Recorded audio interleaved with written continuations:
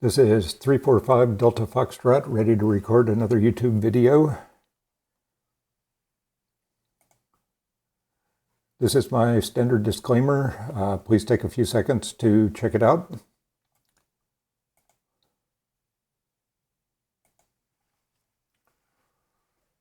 Okay, today's topic is rivets part 2, and we're going to be talking about the strength of rivets. Of solid rivets.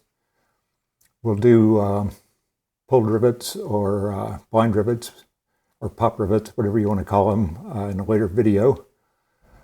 And this video is going to be divided into two parts. The part 1 is how to optimize the shop head of the rivet. And this is something that you as a builder have total control over. It's a fairly important topic. And part 2 is about the strength of solid rivets. That's basically assuming that you have riveted them reasonably optimally.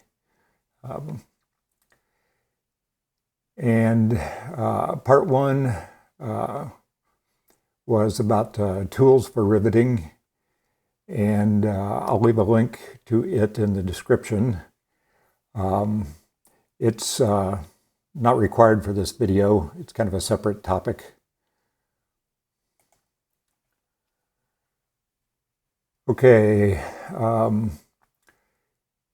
the next video is going to be probably a fairly short video on how I measure the strength of rivets. I set up a little thing in the shop for actually measuring the strength of some rivets. And I want to show you the apparatus and basically how I do it. And this will just be an example video. Once you've seen it once or twice, you don't need to watch it anymore. And then we can just talk about the results of the measurements I've made on the strength of rivets. And there's a lot of different things I'd like to measure. The obvious thing is basically optimizing the strength of the shop head, underdriven rivets and overdriven rivets, and how far can you go in each direction before you actually significantly reduce the strength of the rivet. And there's a bunch of other topics. How close can you get to the edge before there's a problem? How strong is a round head rivet compared to a flush head rivet? How much stronger is a number 4 rivet than a number 3 rivet? So we'll try and go over all that in later videos. And then, as I already mentioned, we'll try and talk about blind rivets in a separate video.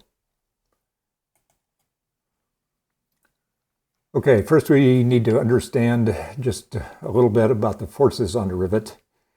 And since a rivet is actually symmetric, there's really only two forces. The shear forces perpendicular to the body of the rivet, and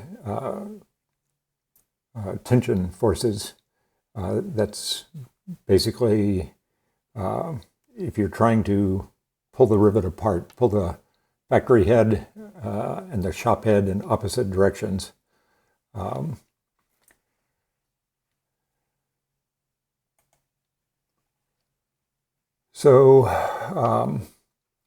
Shear strength is the one that's most commonly talked about. And later in this video, we'll talk about some measurements that people have made and published. Now, in terms of shear strength, there's not a lot as a builder that you can do about it. You can use a larger diameter rivet, and you can also make sure that the metal that you're riveting is not too thin. But other than that, there's not too much that you can do. Now, tensile strength is a little bit different. There is stuff that you can do to optimize tensile strength of a rivet. In particular, you can optimize the shop head because you're trying to pull it apart in that direction. Now, the question is, how come nobody ever talks about the tensile strength of rivets? It's hard to find any information, any published information at all on the tensile strength of solid rivets. And it appears to be assumed that rivets are almost always in shear stress as opposed to tensile stress. However, it seems to me like there are cases where a rivet is clearly in tensile stress. For example, in a pressurized cabin, if all the panels are not receiving exactly the equal force, there would be a tensile stress on some of the rivets. And if there is just a tensile force or a force in any particular direction, there are going to be rivets where that is the tensile direction, because there's rivets pointing in all directions on an airplane. Up, down, left, right, you name it. And also, it seems to me like tensile strength is important when it comes to fatigue life.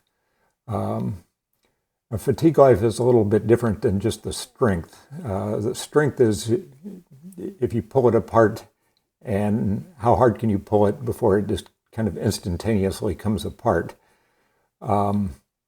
Fatigue life is you apply a low-level stress for a much longer time, and you try and see how long you can go before the rivet fails. And so fatigue life would be sensitive to things like vibration, and it seems to me like vibration is going to be in all directions, and that tensile strength would be important for the fatigue life of a rivet. Now, I'm no expert. If you are, please leave a comment on this video, or if you have any information at all on this topic, please feel free to leave a comment on this video.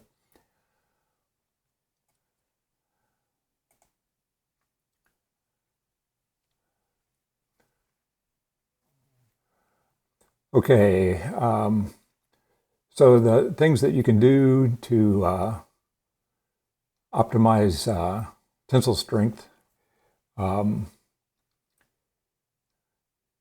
You can basically optimize the shop head. In this drawing that is shown here, basically you would be optimizing T and W.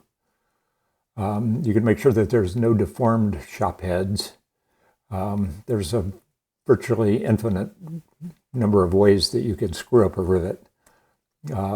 Vans has a picture of a lot of, or a drawing of a lot of screwed up rivets and things to watch out for.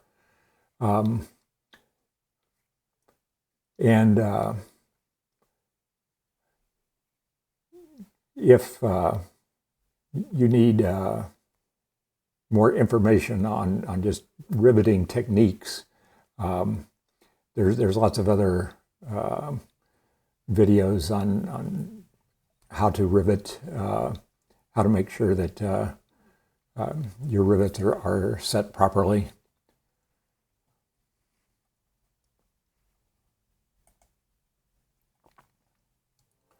Okay, so part one is about how to optimize the shop head of a rivet, of a solid rivet. And first we need to just talk about a little basic geometry of rivets. Basically, when you set a rivet, you're taking a rivet that is too long or sticking out. It is of length h in this diagram,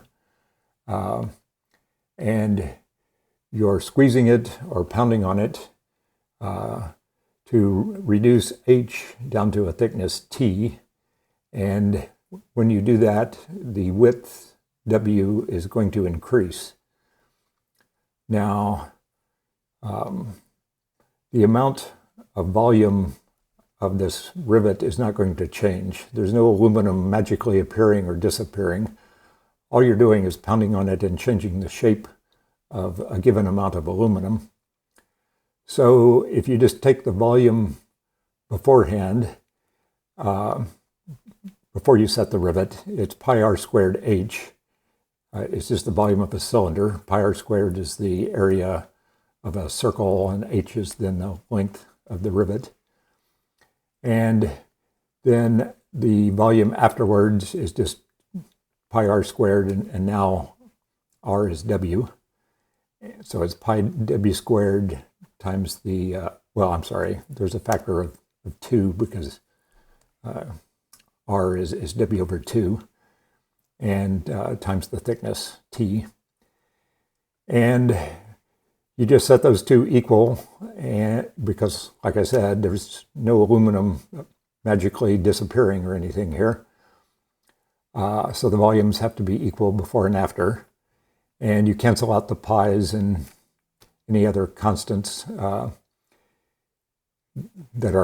any constants that are on both sides of the equation, and you end up with this little equation here, that d squared times h is equal to w squared times t. And we're going to be using that equation in subsequent slides. If you're math adverse, just keep watching the video, and you can always come back at a later date and go over this again if you need to. But it's pretty simple. I think most everybody is comfortable with this. Okay, so what are reasonable values of T, W, and H? So the first thing you want to do is check and see what Vans has to say on the subject. And for H, Van says, the rule of thumb is that the length of the rivet should equal the thickness of the material being riveted plus 1.5 times the rivet diameter. So that's in yellow in this table here, and that's in yellow, it's highlighted in yellow on the copy of the Vans page 5-4. And then when it comes to the shop head width, that's in green, and it says the shop head diameter of 1.5 times the shank diameter. So in the table, that's given as 1.5 times D. And in orange, the height of 1.5 times the shank diameter. So that's given in the table there as 0.5 times D. And then for the minimum, those were typical values. Then for the minimum values, they have a little table there, which gives the minimum values for T. And they're given in inches. So it's 38 thousandths for a number 3 rivet and 50 thousandths for a number 4 rivet. And you just convert that to something times D. And so it turns out they're both 0.4 times D. And that's what's given in this little table here. And then it says in blue, specification MIL-R-47196A for more information. Okay, so let's take a look at that mil spec. And so there it is. And so it has the minimum driven head diameter, which is W, or W min. For a number 3 rivet is 0.122 inches. And for number 4 rivet is 0.163 inches. And you just convert that to something times D, and it turns out that those are 1.3 times D. And then you look at the minimum driven head thickness, the part's highlighted in green there, and it's 38 thousandths and 50 thousandths, and that's shown in green in the table above. And you convert that to something times D, and that's 0.40 times D. So it's basically the same as Van's numbers. This is basically where Van's got their information from. However, there's another mil spec, MIL-R-47196A, which is metallic materials and elements for aerospace vehicle structures. And it was last updated in 2003, so it's been a while, but that's the current version is version J. And it says that for 2024-T4 rivets, should be 1.4 times the nominal diameter. So that's what's given in yellow. Now, our rivets aren't exactly 2024-T4, but they're very close. They're 2000 series alloy, and I think rivets, well, the skins and the aluminum that Vans uses is 2024, but the rivets, I think, are 2017. And then when it comes to the thickness of the shop head, it says tail heights will be a minimum of 0.3 diameter. And so that's given in green here.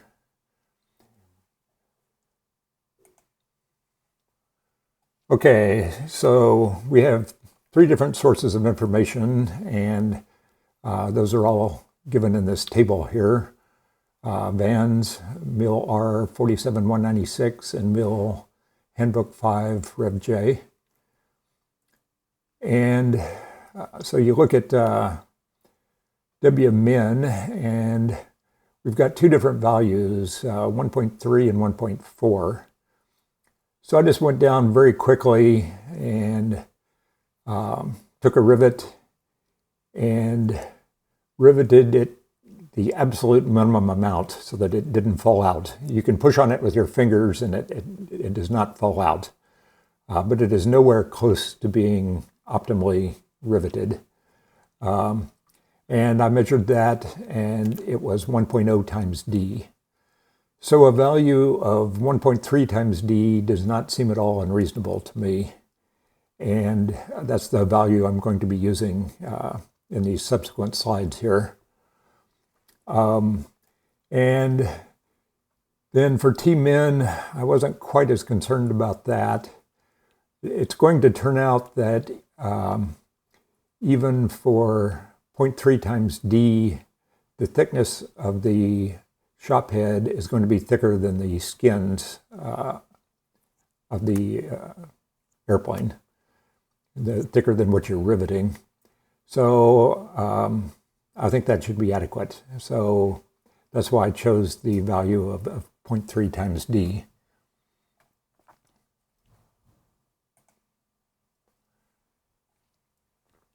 And now we need to pick values for H.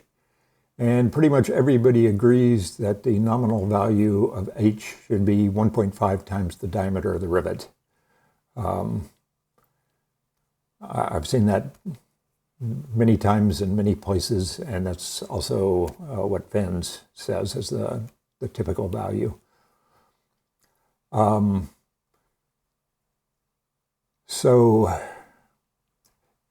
you're not going to be able to hit that value exactly. There's no doubt about that. Rivets come in increments of 1/16, and number 3 rivets come in half increments. They come in half sizes. So a half size would be a 32nd.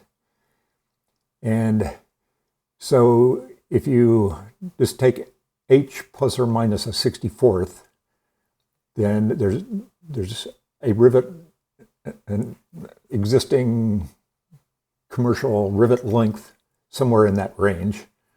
That would be in the range given here, between 1.335 times D and 1.665 times D. And then you do the same thing for a number 4 rivet, and except they only come in whole increments. So they come in 16ths. And there's always a rivet length between 1.25 times D and 1.75 times D for a number 4 rivet.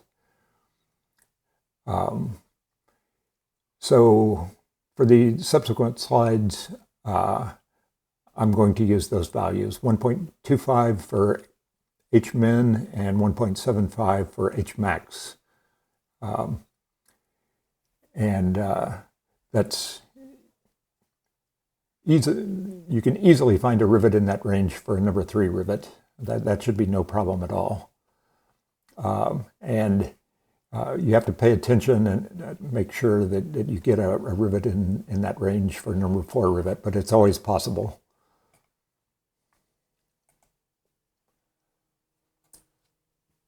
Okay, so we're going to be using this table here, and we're going to use it in so many of the subsequent slides. So we need to go over it and make sure that everybody understands it thoroughly and completely. Okay, so we have, in the table, we have 2 different rivet lengths. We have 1.25 times D and 1.75 times D. And we just talked about that and why I picked those values. Basically because you can always find a rivet in that range. Okay, then we have our values for the minimum W of the shop head. And we decided that the values we were going to use were 1.3 times D for minimum W. So if you squeeze a rivet the minimum amount, you have to squeeze it enough so that you get to 1.3 times D. And then T will be whatever T ends up being. And then for the other direction, if you squeeze the rivet for the maximum amount, then you have to make sure that you haven't squeezed it until T is less than 0.3 times D.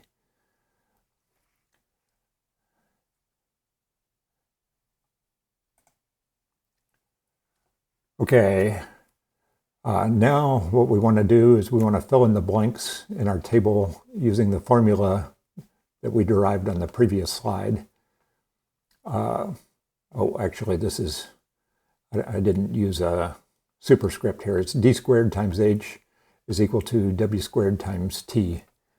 Those 2's are supposed to be superscripts.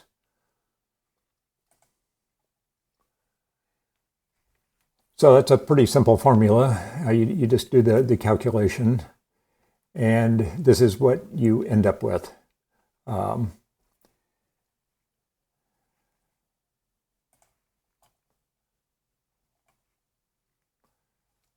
Okay, now we're going to add another column to the table, which I call squeeze margin.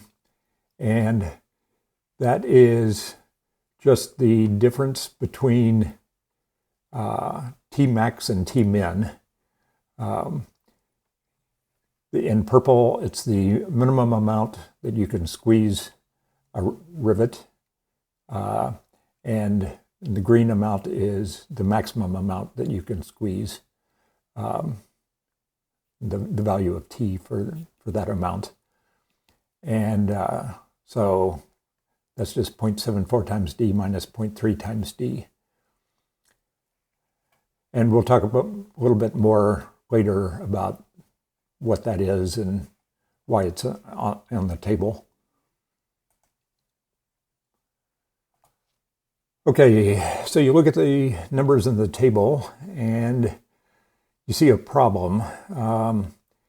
Basically, for the case where we're squeezing the rivets down as much as possible, the maximum squeeze, W is bigger than 2. The factory head for a rivet is 2 times D.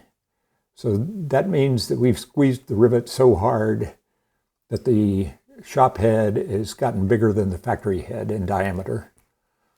I cannot think of any reason why you would possibly want that. You're just over squeezing the rivet for no good reason. You're better off stopping at when you get to 2 times D and just letting the thickness be a little bit bigger. I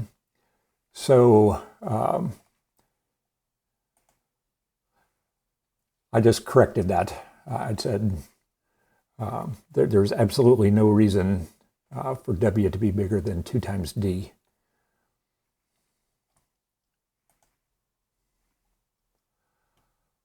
Okay, now our table is basically complete, and all we have to do is stick in numbers for D. For number 3 rivets, we stick in 3/32 of an inch for D, and for number 4 rivets, we stick in 1/8 of an inch for D. And there's our table in inches. And so we have a table with a bunch of numbers, and what does it all mean? Well, we got to look at them and we got to think about it. What do these numbers mean?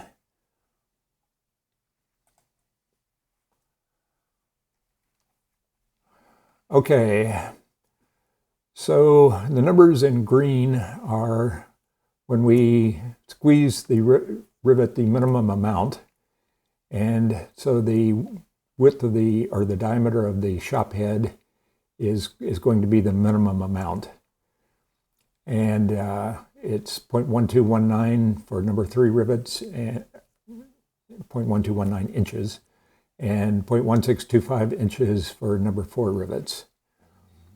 Is that enough? Does that seem reasonable? Okay. Well, the hole is basically 94 thousandths, 3/32.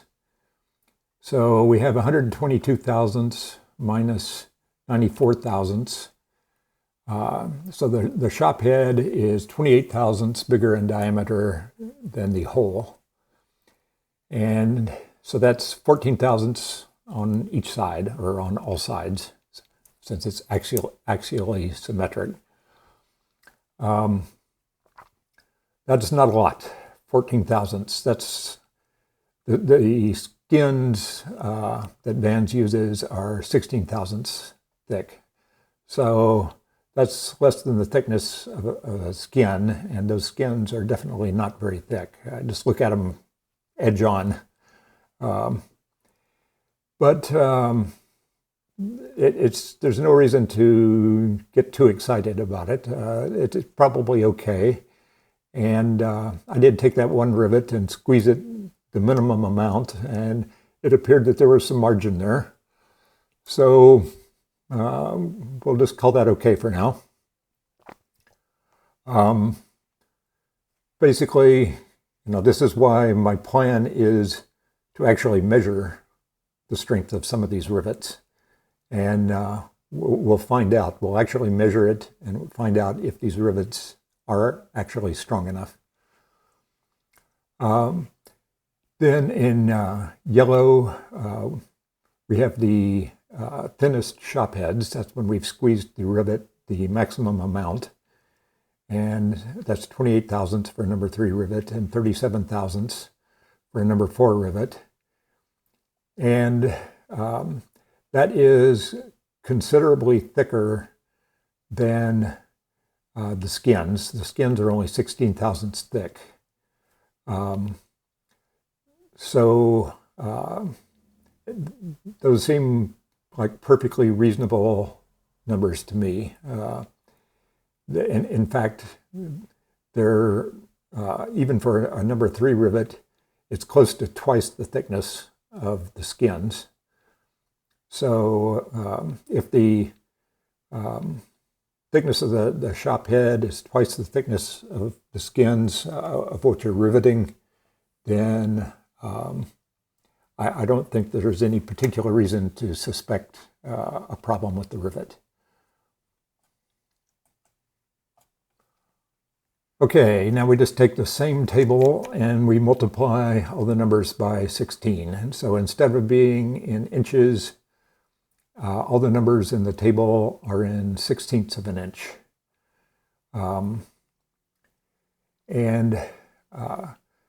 So if you look at the numbers in yellow, that's the length of the number 4 rivets. And so from the largest value, which is 3.5, to the smallest value, which is 2.5, is 1/16th of an inch. And number 4 rivets come in increments of 1/16th of an inch. So it means that you can always find a rivet in that range, which we already went over. And then in green, we have the minimum thicknesses of the shop heads. And those are varying between 1/16th of an inch and 2/16ths of an inch, basically. We've already talked about that. And again, you know, 1/16th of an inch or more seems like a reasonable number to me. Nothing to get excited about. Okay, now we multiply the first table, which was in inches, by 32, and all the numbers are in 32nds of an inch. So rivet diameters come in increments of 1/32. So you can see for number 3 rivets, D is 3 32nds. And for number 4 rivets, D is 4 32nds of an inch, or 1/8 of an inch. The H for the number 3 rivets is varying between 5.25 and 3.75. So that's a range of 1.5. And the number 3 rivets, the links come in increments of 1/32. They come in half sizes. So you can easily find a rivet in that range. Should be no problem. And then for W, we have W is 2D. It's twice the diameter of the rivet. It's 6 for a number 3 rivet and 8 for a number 4 rivet. And again, that's the same diameter as the shop head. So that should be no problem at all. Okay, now we've got the squeeze margin, and I said before that we would talk about this a little more, and so we will. So the squeeze margin is the difference in the shop head thickness between maximum squeeze and the minimum squeeze. So on a Cleveland Aircraft Tools squeezer, pneumatic squeezer, 1 turn of the ram is 1/32 of an inch. So for number 3 rivets, the margin is 1.5 to 2 turns of the ram on the Cleveland Aircraft Tools squeezer. That should be easy. You should easily be able to set up that squeezer to 1/2 turn. It also means that if you set up the squeezer to 1/2 turn, that's probably good enough. You probably don't need to just sit there and mess with it longer. Everything is probably okay. And then for a number 4 rivet, the squeeze margin is basically between 2 and 3, a little bit less than 2. So again, you have a couple of turns of margin on that pneumatic squeezer. So squeezing these rivets and without violating one of these minimum or maximum values should be entirely practical. It shouldn't be all that difficult at all. Now, when it comes to using an air hammer, bucking the rivets, it's a little bit more difficult to control. But even so, if you practice and get reasonably good at it, you should have enough margin here. You should be able to rivet reasonably consistently and not violate any of these numbers.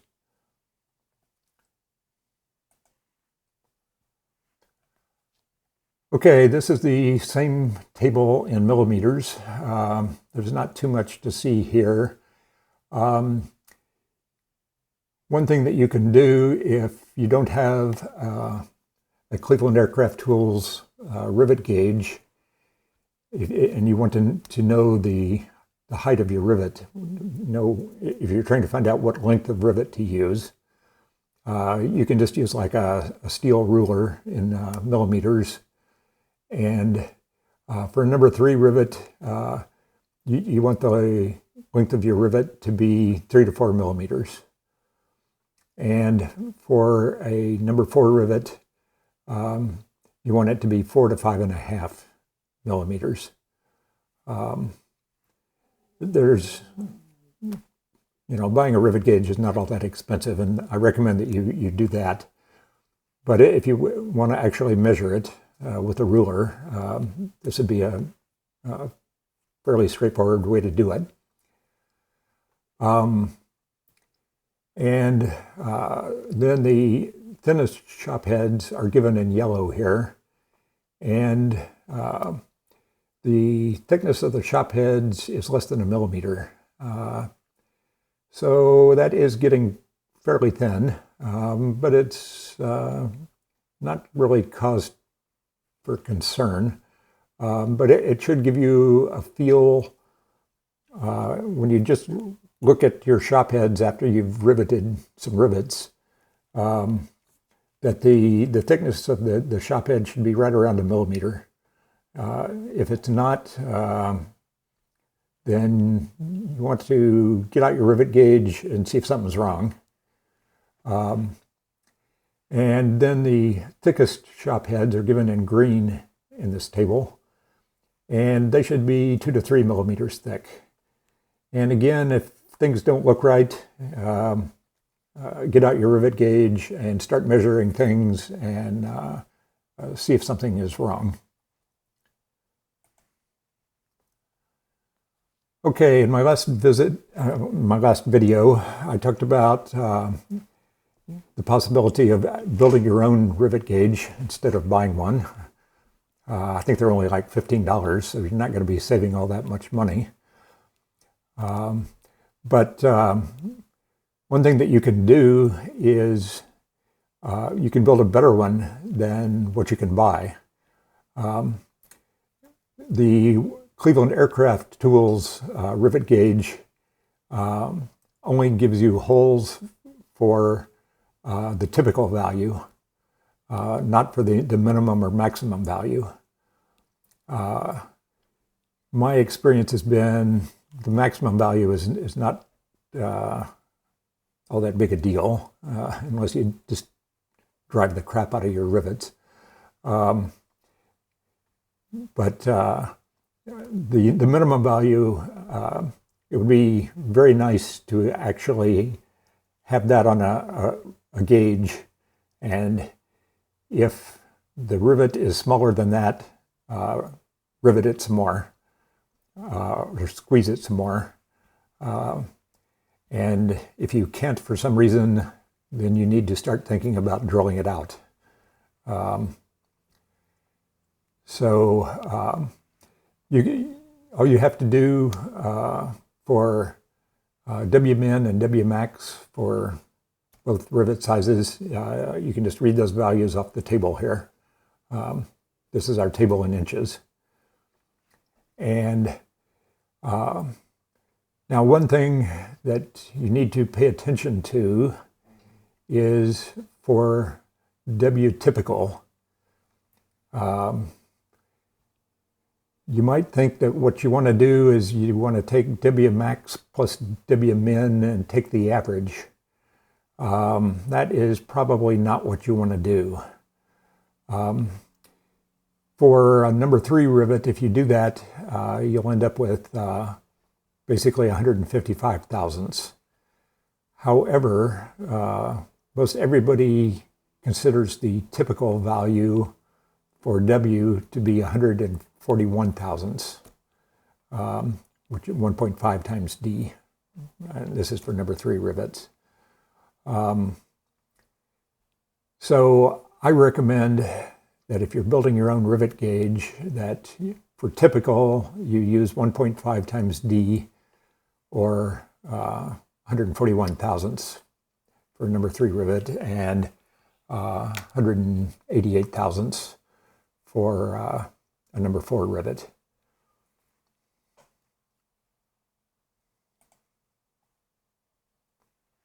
And all you have to do now is look up the appropriate drill bit size to use to drill your holes for your rivet gauge. And that's given here. For number 3 rivets, you use a number 31 drill bit for the minimum, 3/16 for the typical, and 9/64 for the max. And I think that the max is going to be more than big enough. You might want to consider reducing that. That is a maximum of 2 times D. And my guess, I haven't actually done this, but my guess is that if you used a value closer to 1.7 or 1.75 times D, you wouldn't have trouble meeting that in practice.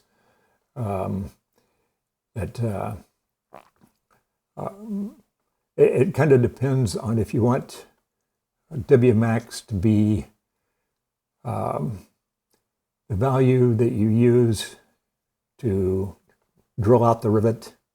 I mean, just, it's got to be drilled out. Or if you want WMax to be, it's looking a little bit big, maybe I need to adjust. If you want it to be, it's a little bit too big, and I ought to think about adjusting things. I would reduce that down to about 1.75 times D, or somewhere in that ballpark. And then for a number 4 rivet, you'd be using a number 20 drill bit, a 3/16 and a 1/4 inch drill bit.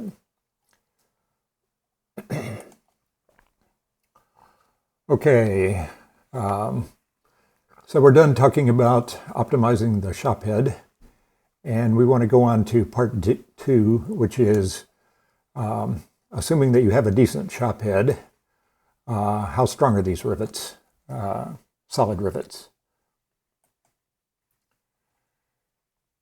And it's a little bit hard to find the numbers. I think if you just go to Google, you're not going to find anything. However, if you hunt around, you can find the best numbers that I've found were in this handbook. MIL-HDBK-5 Rev J is the most recent revision. And the numbers in this table are given in section 8 of the handbook. And these numbers are for protruding head rivets, round head rivets. And all of these numbers are for shear strength. They have no numbers for tensile strength. And so they have a nominal strength, which for number 3 rivets is 217 pounds, and for number 4 rivets is 389 pounds. And if the metal that you're riveting is thinner than that, then you apply a correction factor, and those are the numbers given in the next 2 columns there. So for everything, everything thicker than 45 thousandths, there is no correction factor. The correction factor is 1. For number 3 rivets, if the material is thicker than 32 thousandths, then there is no correction factor. And if for number 3 rivets, if the material is thinner than 18 thousandths, you got a problem. And for number 4 rivets, if it's thinner than 25 thousandths, you have a problem. There's no data given in the table. And the reason there's no data given in the table is not because they were lazy or something, or they forgot about it or something like that. The reason is the metal has gotten so thin that it's hard to get consistent values. It's kind of like trying to rivet aluminum foil or something, right?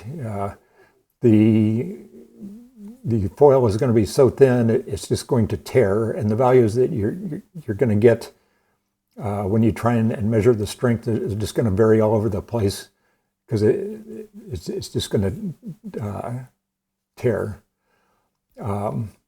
So that's something to really keep in mind and to be cautious about.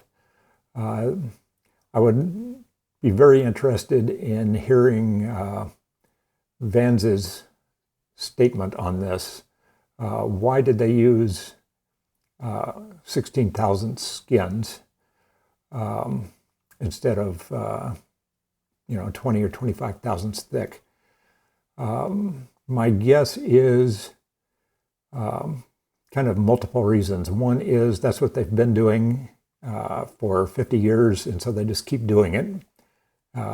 They don't have planes falling out of the sky.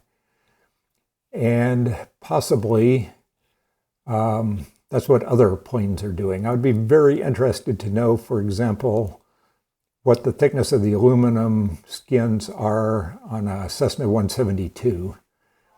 If you have that information, or if you can measure it, please go measure it and post a comment to this video. There's a zillion Cessna 172s out there. It's considered a reliable airplane. And if they're using skins of the same thickness, 16 thousandths, then there's a fair amount of empirical data that that's okay. But you know, until we get more information, then that's kind of a question mark. So anyway, the final two columns are the adjusted shear strength. So you just take the nominal times the correction factor, and you get the adjusted shear strength there. And if you look at the nominal values, it's basically 200 pounds for a number 3 rivet and 400 pounds for a number 4 rivet. And that's a lot. That's a lot for a single rivet. So if you're getting that much for every single rivet, you should have a pretty solid airplane. Things should be okay. Now this thin metal stuff is a little questionable.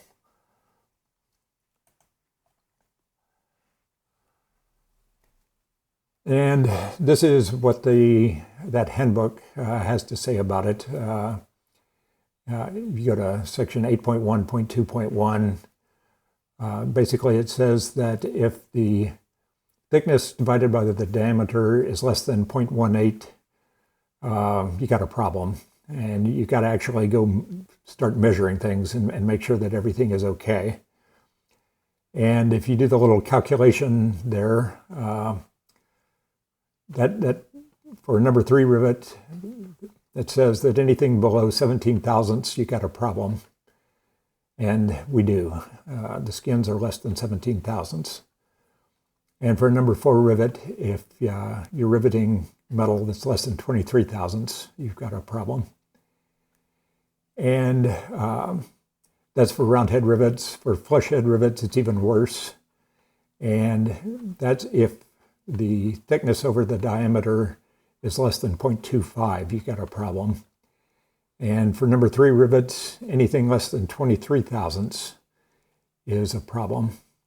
And like the skins are way less than that, but of course, in general, you're not using number 4 rivets on those. So it's not as bad as it might sound at first. Let's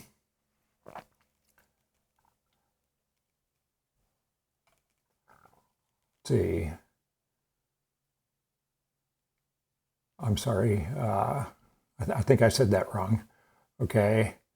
For a number 3 rivet, if a number 3 flush head rivet, anything less than 23 thousandths is a problem, and the skins are way less than 23 thousandths. So it is a problem. For a number 4 rivet, it's anything less than 31 thousandths is a problem. So I think I got it right the second time there.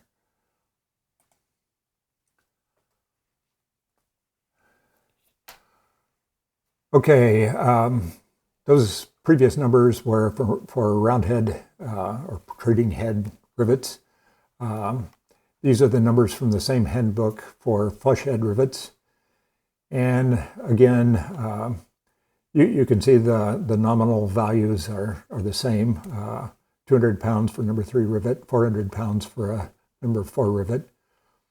And again, if you go too thin, you start running into problems. And for some reason, they had no data, and they indicated that 18 thousandths was a problem. But they did have a number for some reason for 16 thousandths.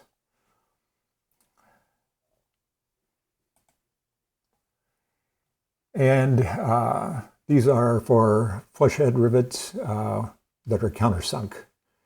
And you have to have a fair amount of thickness in order to countersink the material.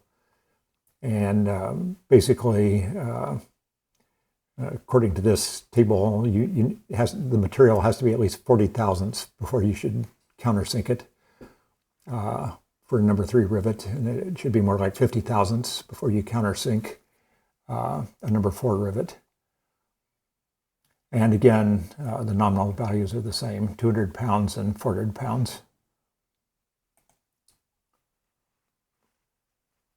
Okay, I've already talked about the problems with the thin metal. And I think this is basically just a repeat.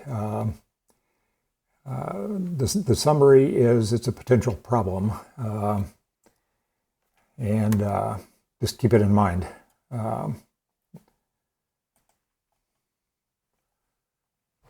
And all the numbers that we just talked about were for our tensile strength. The 200 pounds and the 400 pound numbers for nominal values. The book gives no values for, I'm sorry, did I get that right? All the numbers that we looked at previously were for shear strength. The book gives no values for tensile strength.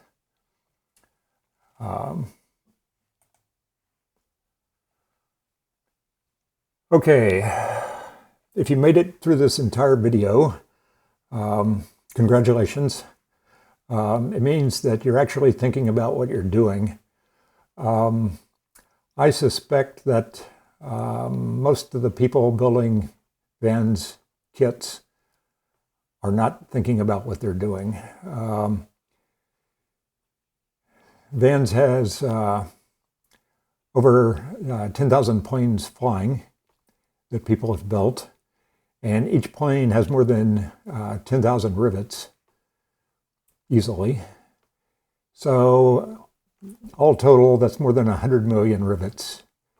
And I suspect that virtually none of those, nobody stopped to think about what they were doing. And I think that that's bad. So anyway, I hope you like this video, and you're joining the ranks of the people that are thinking about what they're doing, which I think is excellent.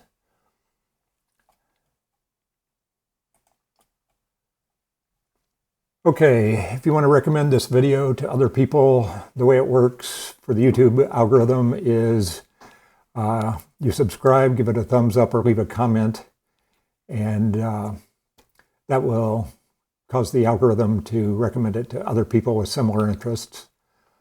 As always, I'll put the links for anything that I talked about in the description for this video, and in this particular case, I'll put links for the manuals that I talked about. All of the manuals that I talked about, those MIL specs, they're all available for free online.